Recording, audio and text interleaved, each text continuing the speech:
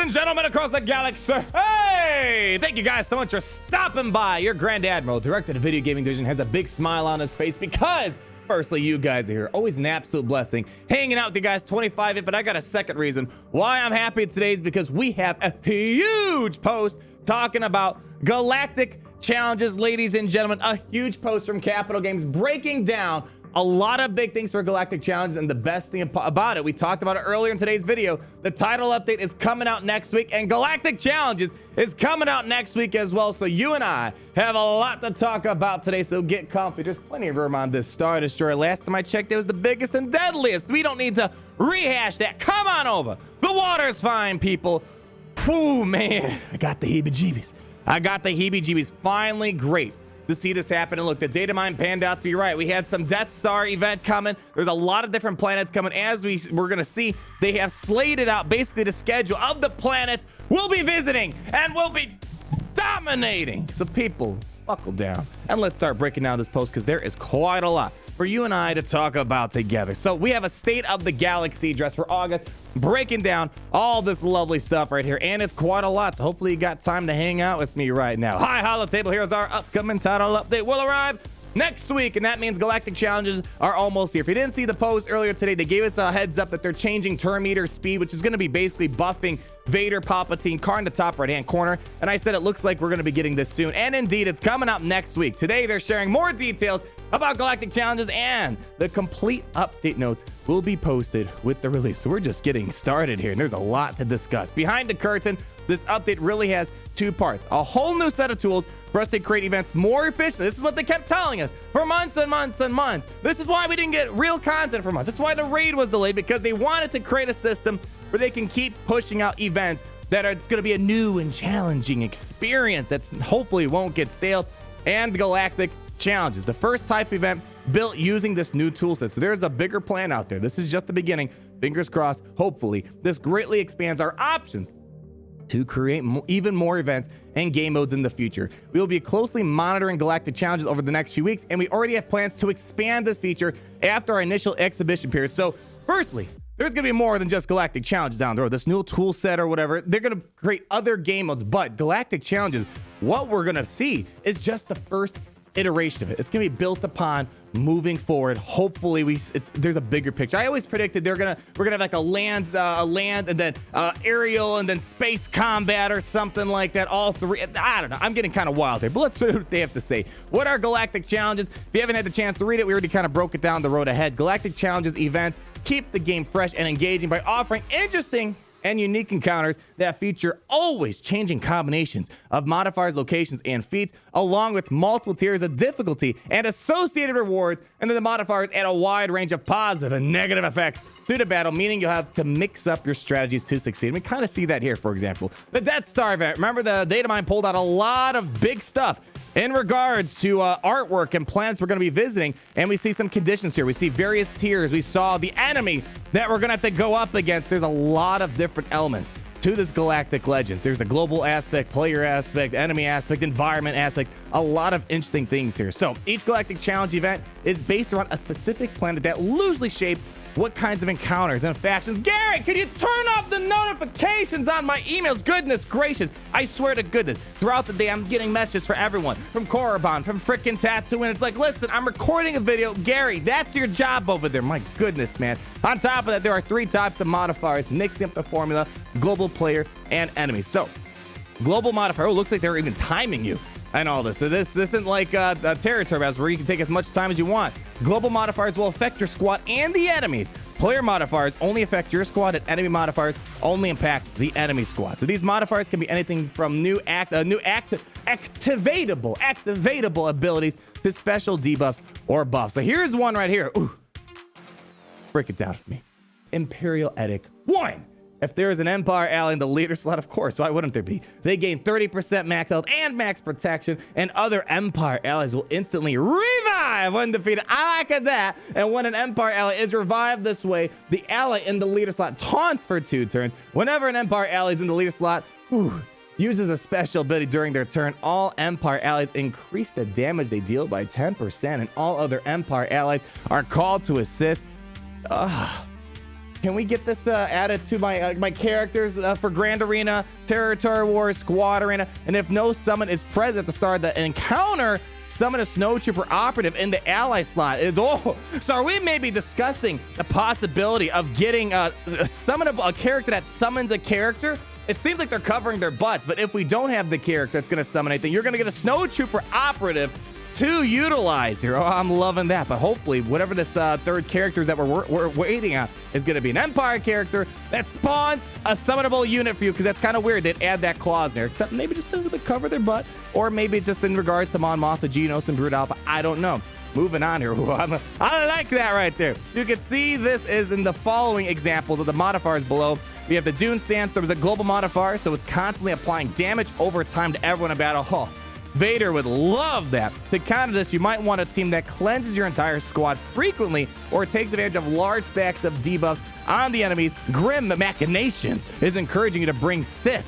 Machinations, jeez, English is not. I'm too excited here. It's encouraging you to bring Sith, but there are no direct restrictions on using your best squad of non-Sith to try to beat as many tiers as possible. Put this open in a new tab. Let's take a better look at this right here. So, here we go. We have the damage over time to be inflicted. Well, if you use a Vader lead, yeah, you're going to be getting damage over time, but the opponents, whoever you're fighting, they're not going to be able to cleanse that stuff. So that's probably going to, you can find ways to take advantage of the environment and make it work in your favor. Even though it's hurting everyone, you can make it work in your favor more, i.e. Darth Vader lead. And then here we go. Here's the Grim Machinations here. Machinima respawn. Whenever a Sith ally is defeated, all Sith allies gain 50% max health and offense, holy cow, until the end of the battle, and gain 50% turn meter. Whenever a Sith ally defeats an enemy, they gain Dark Ascension. Damage received decreased by 15%. Wow, well, there's a lot more today that we can't see. And then enemy modifiers. This is what the enemy would be getting. Some Separatist allies have plus 25% speed, health, max protection, increased damage. This is going to be really interesting. I mean, when you're on a battlefield, obviously there are benefits that support each side. There's going to be something that hurts both sides. So it's really cool seeing them bring that into the fold here. And then here we go. You'll receive rewards. This is kind of one of the big things. Are there going to be meaningful rewards attached to this event? Because Grand Arena, we like it more just for, I don't know, the competitive nature of it. But really, there's not, the rewards in Grand Arena are not all that good, especially for the amount of effort you got to put into it. You'll receive rewards for completing each tier, but you can also earn rewards for completing individual feats for each tier. And then this the rewards list at the bottom shows the rewards that are available and will be removed from the list once completed. And we'll take a quick look at that in a moment once we get there. Since I haven't completed this tier, the green highlight in the rewards list indicates there are rewards for beating this mission for the first time, and the purple highlights show the rewards are tied to feats. Moving on, you can also tap on the arrows to get more information on the feats, which rewards you earn for completing them, or modifiers. Man, a lot of words in this post here. You'll want to review which feats and tiers give which rewards, as they may change from the event. Let's take a little look at that, shall we? So here we go. Death Star, Empire, Galactic Challenge. So far, I'm not impressed with these rewards here, but this is tier 2. Let's see. Come on. Let me see the higher tiers.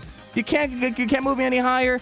All right, well, unfortunately, these aren't going to be as valuable to me, honestly. You want to see what the tier 6 and 7 are going to be all about. Hopefully, Kyrotech, crystals, something Carbonti, stun guns. Maybe this is what they're going to do to kind of ease up the stun gun crunch.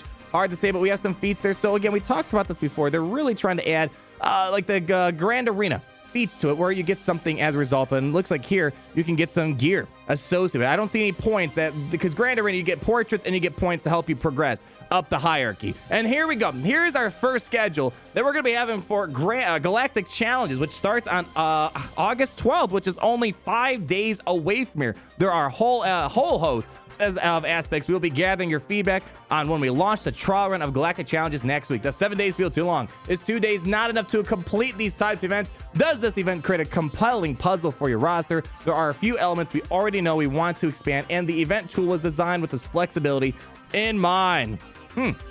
I mean, here's the thing.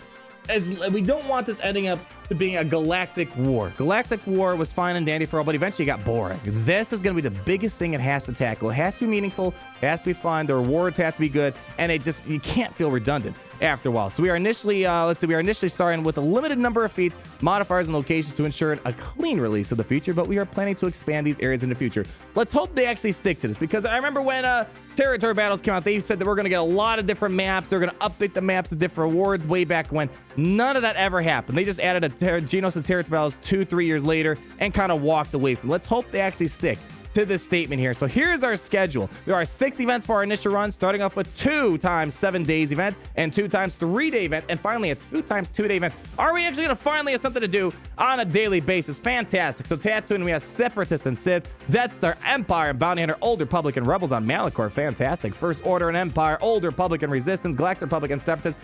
Kind of gives me a vibe of assault battles where there's a certain theme you got to go around with. Again, it also has to differentiate itself from assault battles. Is this going to be just assault battles reskin?